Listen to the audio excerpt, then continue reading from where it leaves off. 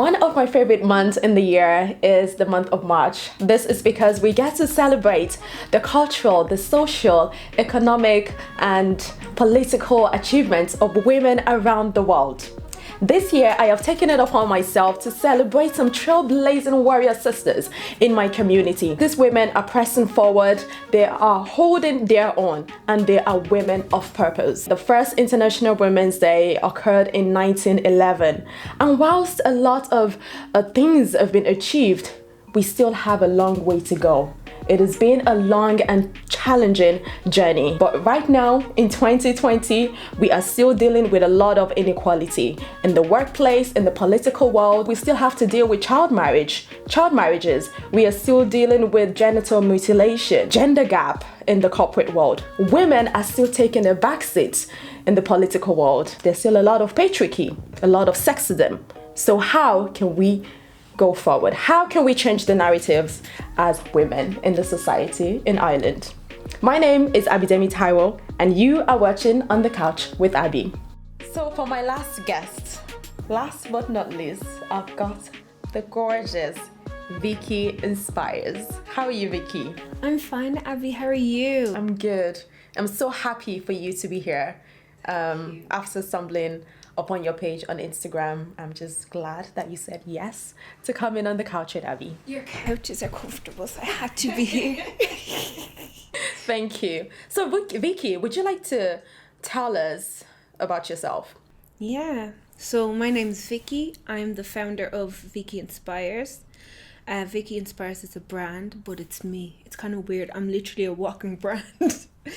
And what Vicky Inspires is about showing you that there's life after abuse, after hardships, and that you can and you will. Because I'm a single mother of 2 children, aged 8 and 2, but yeah, I still got back up and got back at it. I'm a domestic violence survivor. So like I talk about things that people don't want to talk about, but we all know someone who went through it or who is going through it or we witnessed it, you know. Because I can say, like really, especially in the Black African community, we've seen it. We don't talk about it. It's like a taboo to mention or utter it. Do you get me? We're kind of imposed to keep quiet and support, but that's not how it should be. So that's why I'm here. I'm doing it kind of because I have a son and a daughter, for the next generation, because I kind of feel for our generation we're trying, but we still have a lot to do, and we mightn't be around in the time to be able to witness it, you know. So I want to leave a good legacy for my children, so they don't have to endure it either. Absolutely. I love that you're so open about your experience about being a domestic violence survivor. You're very open about it, you're very authentic, and you bear it all. And for me, I think that is so beautiful that you've actually even come here to share your journey, to share your story. Because, I mean, I say this all the time, who else can tell our stories better than ourselves, you know? So thank you. I would say thank you for coming on the show to share this with myself and to anyone out there. Thank you, Abby, and thank you for having me, you know. When I started the Vicky Inspires, it was kind of like I wanted to help even one person. That was what I kept saying in my head. If I can help even one person, then it's worth it, you know. Because a lot of us feel like alienated and we're kind of like we're just on our own, but sad, and that it's not just me. Like with my brand and stuff now, Vicky Inspires, people kind of know me for that, like you said, because I'm very open and authentic with it. A lot of people have reached out to me, Black, white, Irish, Chinese, like different races, different ages, from young 18, 16 to 45, 50. So it's really sad as well, do you know, that people are like, oh yeah, that's me too, or oh, that was my mama, or what. So when and who's gonna kind of talk and be like, enough, no more, you know? See, like there's services out there such as Women's Aid, and Saoirse Women's Refuge Centre. Women's Aid is a good one. They've been there for me for the past 2 years, man. It's a free phone number. It's a 1-800 number, so maybe if you can put it there so somebody else has it and it's confidential, and you can talk to them for 2 hours. Sometimes I've spoken to them 1 a.m. to 2 a.m. crying, emotional advice. And they're a good service because they know the different locations with different refuge centres, and they can help you with a safety plan to make sure that you're safe and that you'll be okay, and kind of give you advice about like safety orders, barring orders, because kind of in our culture, how I feel, the Black African culture, we're like supportive. Do you know what I mean? Your husband slapped you, hit you, punched you, that's normal, but that's not okay. It's not okay for your husband to choke you, to take out a knife to you, to throw heavy objects at you, to batter and bruise you, and you're just expected to kind of suppress it, and to be told that you're wrong for bringing him to court for maintenance for your children, to get a safety order because you don't feel safe. That's the whole point. I might make probably being a domestic violence survivor look lavish or kind of like, oh yeah, once you get out, that's it, but that's not it. It doesn't stop, Abby, to be honest. I'm still experiencing some parts of it, like that after, it's kind of like you kind of get punished for speaking out or being open and honest, like this is what happened to me and this is what you did. You'll get told that you lied. I didn't do that to you. You're being, do you know what I mean? There's a term called gaslighting. Mm-hmm. That's kind of like, you see the way you're wearing the white suit and you're like, oh, my suit's white. And I'm like, no, Abby, your suit's not white. It's blue. And you're like, no, it's white. And I'm trying to mess with your mind mentally. These are the kind of things that go through domestic violence abuse. And I want to really emphasize how domestic violence is emotional abuse and physical abuse. What is physical or emotional abuse, Abby? Oh, Abby, you're looking a bit fat these days. You look a bit round, don't you? You look horrible in that outfit. And you're like, and then it's like, whoa, I'm only joking. I'm only joking. No, you're not joking. You meant, and you know what you said to me. It's things like that. Because I feel like kind of we're like, oh, so long as he doesn't punch me or slap me, I'm not in a domestic abusive relationship. Emotional abuse, another example. Abby, I don't like your friend Vicky. Oh, I don't want you to hang around with Vicky anymore. I don't want you to talk to Vicky. She talks too much. Do you know what that means low key? It means kind of like there's a risk of your friend Vicky saying, Abby, the way your husband's talking to your partner is a bit, are you okay? Do you know? And kind of opening your eyes. It's really sad for me that it's kind of until I got that punch in the face, a slap, choked, that I was like, no, this is wrong. Because for me, it was kind of like the emotional abuse was more prevalent for years, but I didn't notice. Because that goes to another thing in our culture. When you're told, submit to your husband, endure. So we kind of naturally, mentally kind of normalize it, if you know what I mean. We normalize it, make it okay. Us sitting here and talking about this, and the way you're painting your experience, your story to me, is just I just feel like, wow, a young lady, beautiful lady like you have to go through that. No one should ever have to go through that. That's why I share my experience. And with what you're saying, that even after coming out, it's not a lavish thing that, oh yeah, now I'm out. It's not even easy. It's a brave thing that you're doing. It's, raising awareness about this domestic abuse, domestic violence. It's so courageous of you, Thank you. So you just me just thinking about everything, yeah. Thank you, Abby. But like, this is what I mean. We have to talk about it. We do have to because talk about it's so sad. There's a lot of people that are going through it. Your friend or your sister, your auntie, your mom, your grandma could be going through it and you don't know. Do you know that? Obviously, it's such a shame that a lot of women, especially with what you said earlier about the African culture, a lot of women endure things in their marriages, in their relationships. Some people aren't even legally married. They just, I don't know, had a baby together and then start cohabiting. Or do the African just, wedding, traditional wedding. Automatically, yeah, that's your husband, that's your wife. And to have to go through this is just absolutely overwhelming. So I have to applaud your courage. So going forward, you are this young lady. You have two beautiful kids. Yeah, 8 and 2. So what is it like being a mom of two beautiful kids in Ireland as a single mom? To be honest, I came to Ireland when I was 6, so this is like my home. That's what I mean, like why I kind of struggle sometimes, like parallel two different cultures and two different experiences, you know what I mean? Because on the outside I'm black, yes, I'm African and I'm Congolese, but I'm Irish as well, so I'm like, that's why I would say black Irish, because do you know what I mean? It's kind of, it's hard because when I want to use the services and the kind of things available to me, like I told you, Women's Aid just is there. Do you know the Dolphins House is in city centre? It's the family law courts.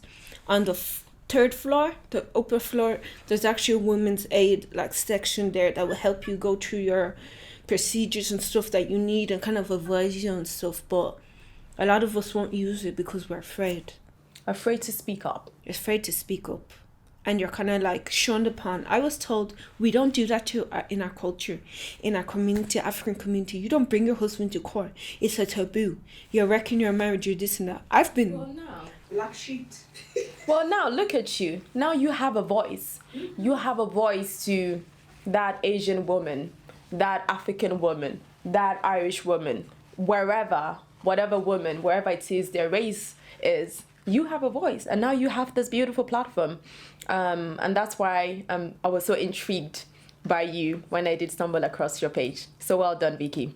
Thank you, Abby. And keep speaking up. Don't let anyone lower your voice. Don't let anyone hinder you from doing what you have to do. So tell us more about what you have been getting up to. Me? I'm in college. I'm doing a course. It's entrepreneurship and advanced management. Do you know the funny thing about this Vicky Inspires? For like 5 years, it's kind of like God was telling me to do it. He told me, I want to use you in this world. I want you to be an example. I want you to be a voice. But I was like, no, God, no. I was like, no. I avoided it. And then the weird thing about it is kind of like, when what happened, everything, how it happened. I already had Vicky Inspires there. I already had the YouTube channel. Everything was kind of set up there already. But like Modine was saying, you should do something like for you. I wanted my YouTube channel to be, oh yeah, I do hair. Because I did this hair myself. And I do makeup. And then I do like everybody else. But that's not what I was kind of made to do. So then I used Vicky Inspires as my platform. That's my journal. That is my stage. That is my voice. That is my like free space where I can talk, I can share, I can express myself, and nobody can tell me nothing kind of way, you know, because I'm like, you know, I'm thankful for the support system that I have around me that help me. Like now, as we're filming, I have my kids are being babysat and everything, and it's not easy, but it's better because there's a lot of people that are married, like you said, in the culture or legally, but you're already a single mom or you're already on your own. So I think kind of standing out and being like, hi, I'm Vicky. I'm a domestic violence survivor. I'm a single mom of 2. But I'm okay. It's kind of weird, but it's really relieving. Do you know, that kind of a way? Because there's a lot of stigma on women. And that's why I keep saying, obviously because we're black. And not that it's not just everybody else, but like I have to talk from my story. We are told that we're nothing, or you can't do, or you won't do. And if you're a single mom, it's a shame. It's a taboo. You're laughed at and you're kind of spot on. But nah. I'm doing a new version of single mom. Your hot mom summer club.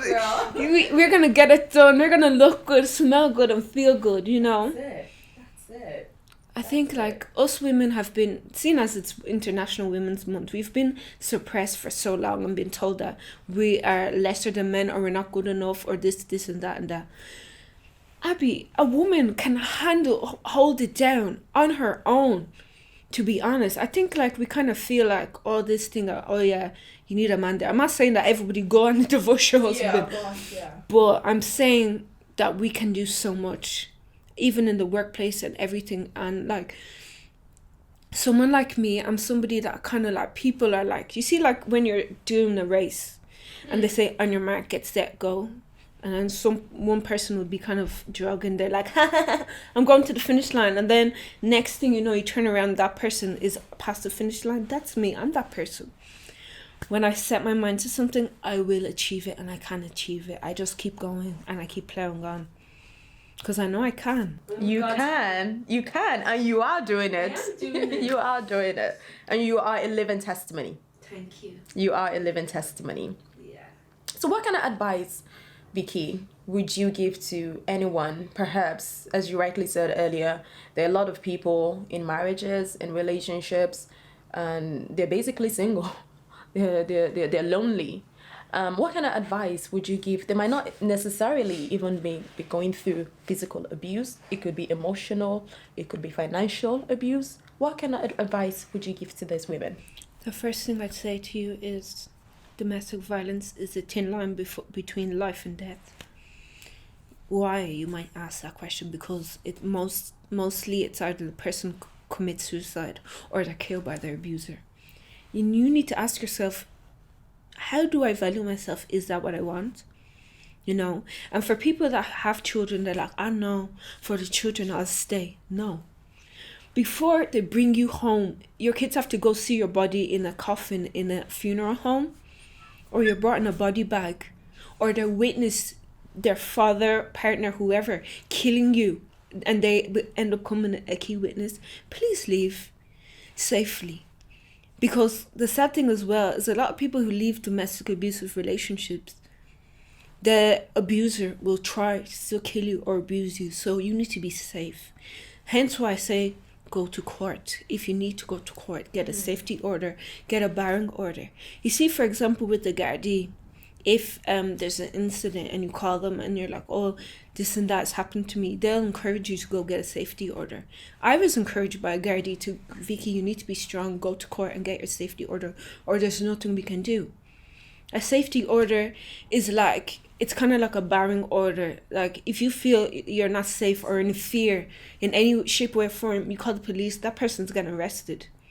Or they get prison and arrested. So if the person does get arrested, or should I say when they do get arrested, what next? How long are they, in jail for? They get brought to court. That's what I'm saying. You see, when, like, for example, as well, another thing I say is, with me personally, I'll say, some people are like, oh, why didn't you report it, blah, blah, blah. Abby, it's not easy to go to court. I'm not going to even lie to anybody. That's another thing I'm going to tell you. Court is another world in itself altogether. If you go to court, if I slap you in the face now, Abby, when we go to court, they're going to ask you, which hand did she use, left or right? Full fist or open palm? How did she do it? What, do you know? You have to really detail, and you have to really live that. It's not an easy thing to do, but it's something that needs to be done. That's what I'd say. I'd say look for help. There's services out there. Like, for me, I like Heart for Women's Aid. I should become a member, trustee of that place, because they are amazing. On my darkest days, they were there. It's gotten to the point, Abby, like it's been almost 2 years, that if I call the phone, you'll recognize my voice and be like, hi, is that Abby? And I'll be like, yeah. And I'll be like, oh, Abby, what happened? The last time we were talking, A, B, C, D, and E. That could have been last month, 2 months ago, but they still remember. It's the same people. And that's really nice, because it's kind of like, you don't have to relive it and relive it again. And talking, as Mojin said earlier, asking for help and talking. Like, I go to counselling I go to counseling weekly. Some people might say that's weak or I'm being extra, but I go to counseling. I have to. So you can be there for your children.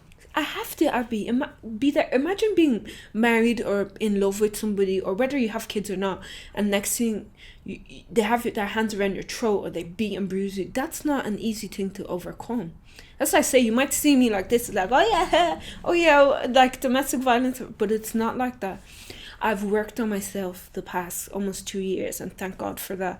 And I've gotten better. This is the best of me that I could have ever been, and I know I have so much more to do and give. And you have better years ahead of you. That I know.